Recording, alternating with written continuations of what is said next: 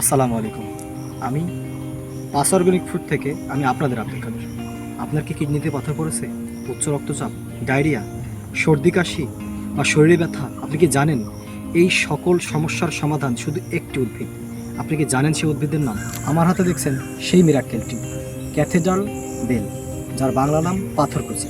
এই পাথরকুচি পাতাই আছে সেই সকল উপাদান, যে উপাদানগুলো আপনার পেটের কিডনিতে যদি পাথর পড়ে সেই পাথর শোধন করে প্রস্রাবের নালী দিয়ে বের করতে সক্ষম।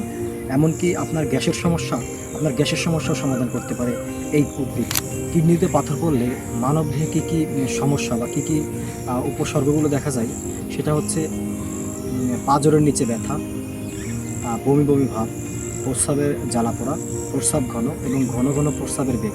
এই সকল সমস্যা যদি কোনো মানুষের থাকে তাহলে আপনি বুঝতে পারবেন আপনার কিডনিতে পাথর পড়েছে।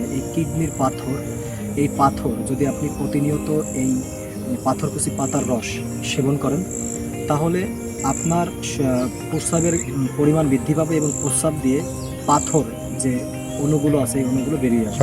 আপনি যদি এই পাতা সেবন করতে চান, দুইটা পদ্ধতি আছে। একটা হচ্ছে পাতাটা পরিষ্কার করে 2 থেকে 3টা পাতা প্রতিদিন চিবিয়ে খেতে পারেন, অথবা এই পাতা বেটে রস করে গরম পানির সাথে সেবন করতে পারেন।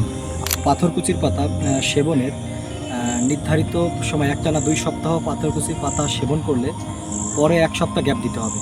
তা না হলে পাথরকুচির পাতা অতিরিক্ত সেবনে আপনার ক্ষতি হবে। জন্য আজ থেকে যুক্ত করুন আপনার খাদ্য তালিকায় এই উদ্ভিদটি। প্রাকৃতিক থাকুন, সুস্থ থাকুন পাঁচ অর্গানিক ফুডের সাথে। আল্লাহ হাফেজ।